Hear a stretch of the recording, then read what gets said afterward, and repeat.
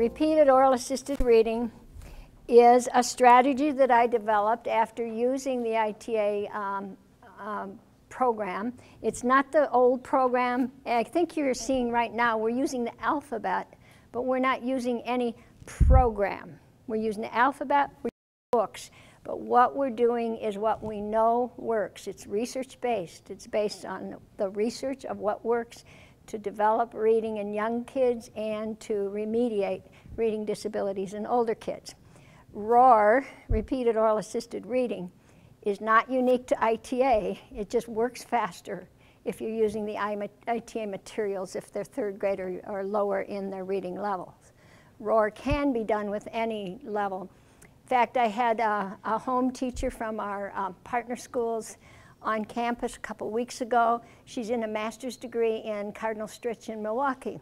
And so one of the last few days, she asked me, she kind of found out that I knew a little about reading. So she asked me about some help with a student she was working with, and she wanted to know if I was familiar with this procedure called ROAR. I said, yeah, I invented it.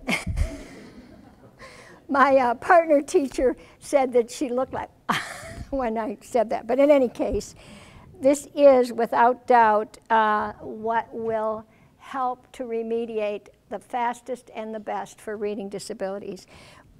Kids have to be fluent in order to have time to think about what they're reading. Fluency means they're fast, it means they're accurate, and they can read with expression, and because of that, they can now focus on comprehension.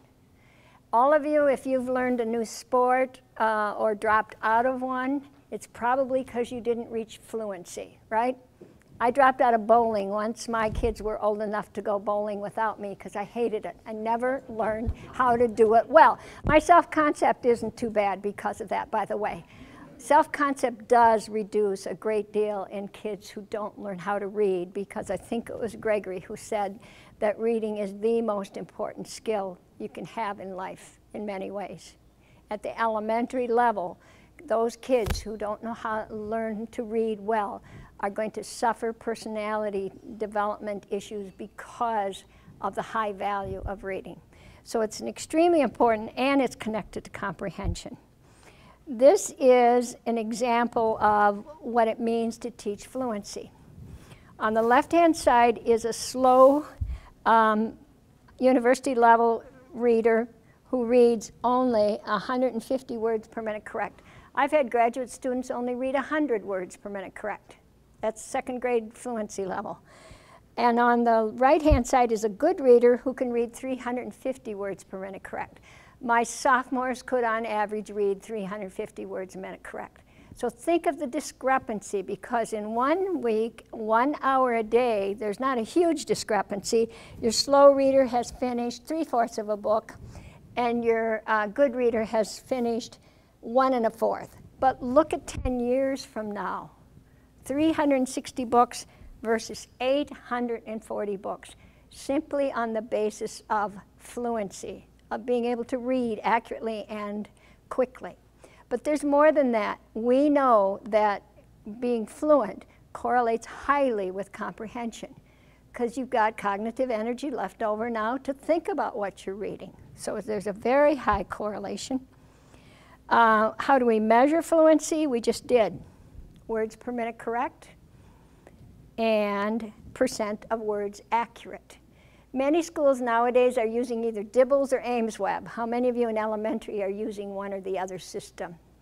Okay, the problem with both of them is they do fluency, they do not do accuracy. There's other problems. The passages aren't written at grade level, and they don't monitor kids generally at the level where they're supposed to be. But in any case, that's another whole composition. What is ROAR? ROAR is research-based. It increases accuracy and fluency through a tutor modeling, the tutor and the student reading together, and the student reading alone. If you were a golf coach, I doubt that you would send, or a swimming coach, I doubt it you would send your students out to swim and then correct their errors, would you?